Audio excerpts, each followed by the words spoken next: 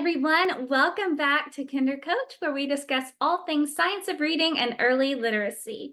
I'm Audrey, and this video is all about one of the earliest foundational reading skills or pre-reading skills that we can teach our kiddos, and that is phonological awareness.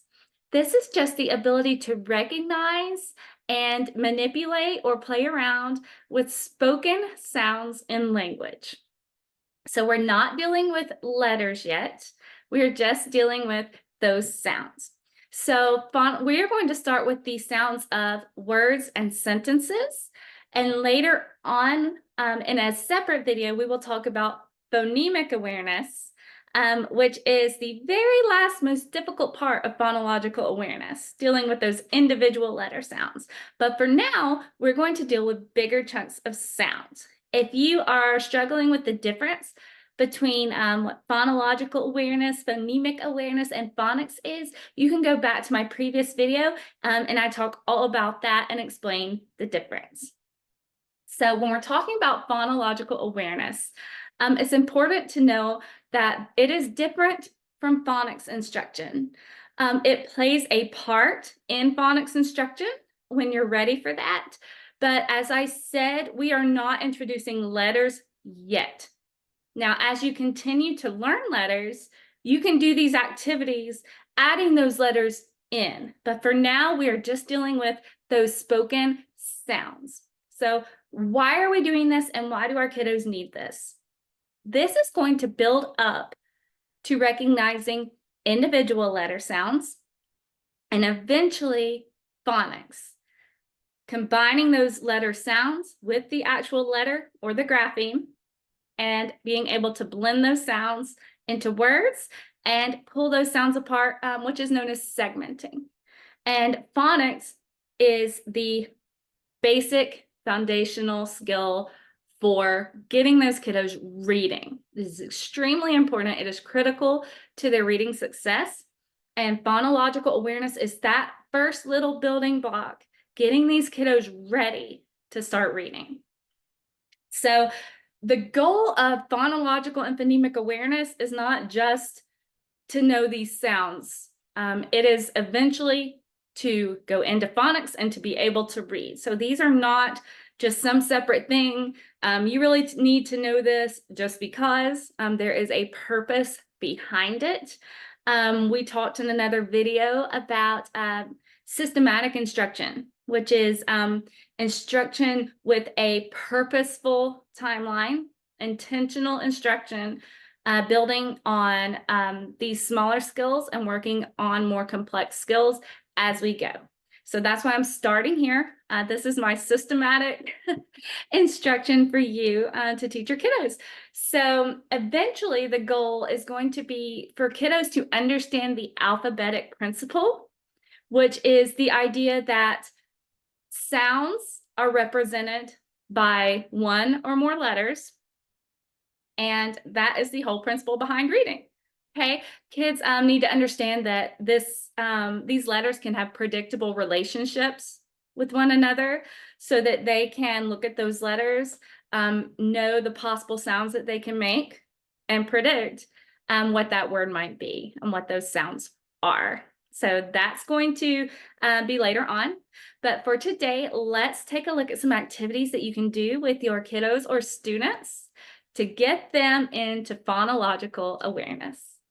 Okay, so the first phonological awareness activity that I'm going to talk to you about is rhyming.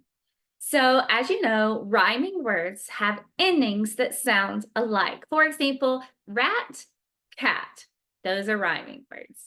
Toy, ball, not rhyming words. So I love these activities because they can be done anywhere without any resources, okay? So the first thing you want to do to get started to introduce rhyming words is just do a little game of back and forth repeating. So you're going to say, okay, I'm going to say some words that rhyme and you're going to repeat them. You're going to say them after me. So ball, tall, those are rhyming words. Can you say those rhyming words? Ball, tall. And you're going to repeat this just to get your child listening and saying these rhyming words and just making them more aware of exactly what you mean when you say rhyming words. Then once they're comfortable, you're going to start playing some games. Now, there are tons of ways you can do this. Be creative, but I'll just give you a few examples. So one example is the thumbs up and thumbs down game. You just say to the child, I'm going to say 2 words, and you tell me if they rhyme or if they don't rhyme. If you hear a rhyme, thumbs up, yes. If they don't rhyme, thumbs down, no. Okay, kids love this. They love moving. So you're going to say, what about the words bat, sat? Can you say bat, sat? You're going to have them repeat the words. This is very important for all of these activities. They need to be saying these words because that's going to get them listening to their own voices and listening for that phonological awareness. So they're going to say, yes, it rhymes. No, it does not rhyme. Okay. You can play this game with a smiley face and a frowny face. If it rhymes, happy face. If they don't rhyme, sad face. You can do this with a stuffed animal. You can say, all right, the teddy bear likes words that rhyme. So if I say 2 words and you repeat them and you think they rhyme, hold up, Mr. Teddy Bear. If you don't think they rhyme, oh, he hides behind your back. I mean, there are endless ways to do this. Now, another thing you can do to promote rhyming and phonological awareness is simply reading to your child. Read them books with rhymes and emphasize those rhymes as you read. Maybe use a different voice when you say the words that rhyme, or maybe say the rhyming words louder. Whisper the rest of the words, and when you get to those rhyming words, say aloud, okay? That will get your kids laughing. Of course, they love being loud. And again, use your imagination. So rhyming is the first way to encourage phonological awareness. Now let's talk about blending and segmenting. Blending is simply putting sounds together. Segmenting is taking those sounds apart. So the easiest way to start is with compound words. They're easier for the kids to hear, and they're easier for them to put together and pull apart. So let's say we're going to play a game. I'm going to give you 2 words, and you're going to smash those words together to make 1 word. Are you ready? You're going to give them some examples, and again, you want them to repeat the words and the compound words. So for example, flash, light, flashlight. And you're going to use the hand motions because research shows that multi-sensory methods, such as having them move their hands with you, is going to help them retain the knowledge. Okay, so rainbow, rainbow. And you just repeat with as many words as you want until you feel like they get it, and then you move on. So then you can do the opposite. You can use the same words, okay? So you're going to start with your hands together and say rainbow, and they repeat rainbow. Pull it apart, rainbow. Then do, other words, flashlight, flashlight, and pull it apart. You can have them rip paper when you pull it apart. You can do all kinds of things. You can do, kids, hold on just a second. Let me grab these. Kiddos love these little magnet tiles, is what I call them, these little magnetic tiles.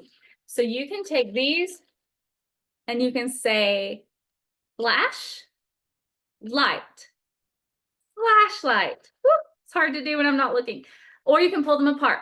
Flashlight, flashlight.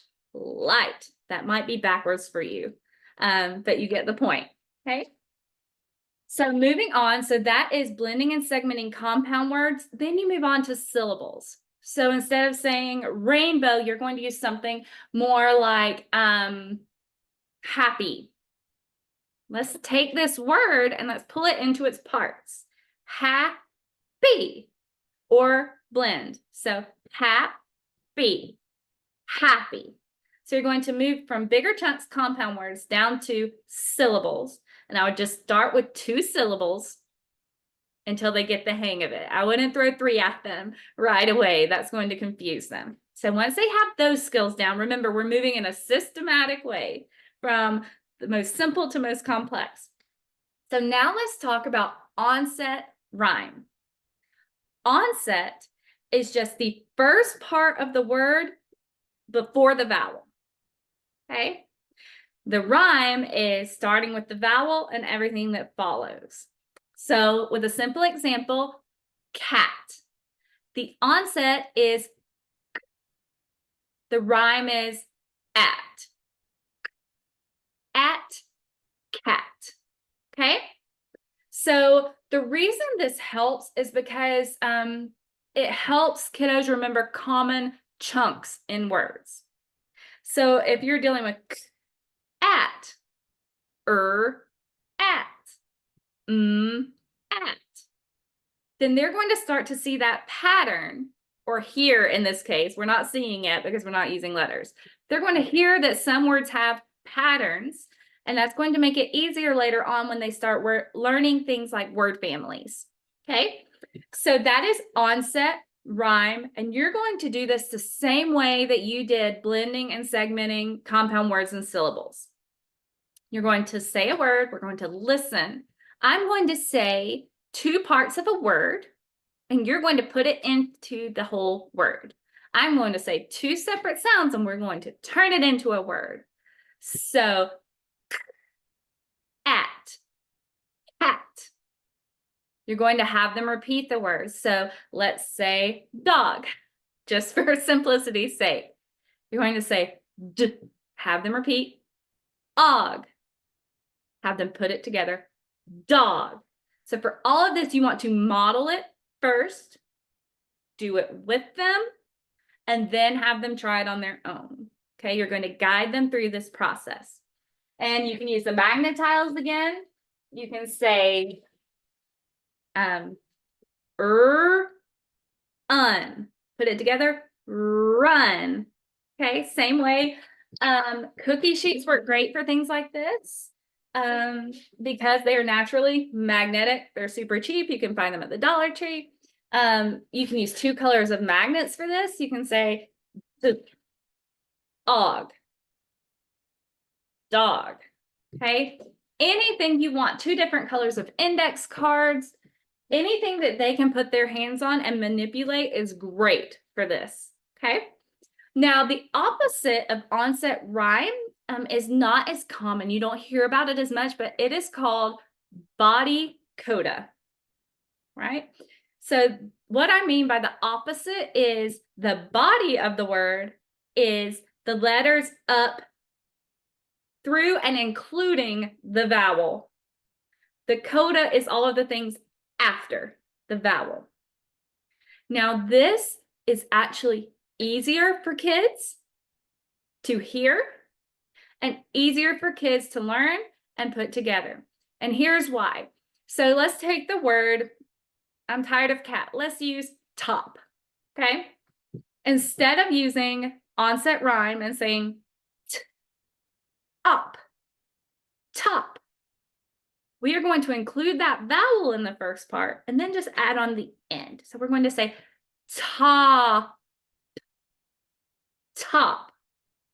Do you notice how you can hold out the vowel sound? Top, and add that sound on the end. This makes it easier for kids who are struggling with this phonological awareness. It's easier for them to hold out when they say it, and they can add the letter on, because sometimes these kids who are struggling have lost that first sound before they can even add the rest of the sounds on. So if you have a child who is struggling, I would start with the body coda method, what I'm talking about, and then move on to onset rhyme and see if it helps them. I have found this very helpful for kids who are struggling with phonological awareness. Okay, you'd be surprised the difference it makes. So again, you can use your magnets, you can use your index cards, the magnet tiles, and it's the same thing. Okay, so cat, they're going to repeat, and then cat, or the opposite, pulling them apart or segmenting. You're going to say cat, cat, cat. Okay? So you can use the same resources for all of these skills. Okay? And that makes it super simple and super easy. And again, you can practice these skills anywhere. I hope this has been helpful. I hope you can pull some activities from this. Next time, we are going to be talking about phonemic awareness, which is just the most complex form of phonological awareness, those individual sounds. Okay, instead of parts of the word, we're going to deal with each little sound or phoneme in the word. So I'm excited to talk to you about that and show you some more activities. If you have any questions or comments, please leave them below and I will get back to you. And I will see you next time. Have a great day.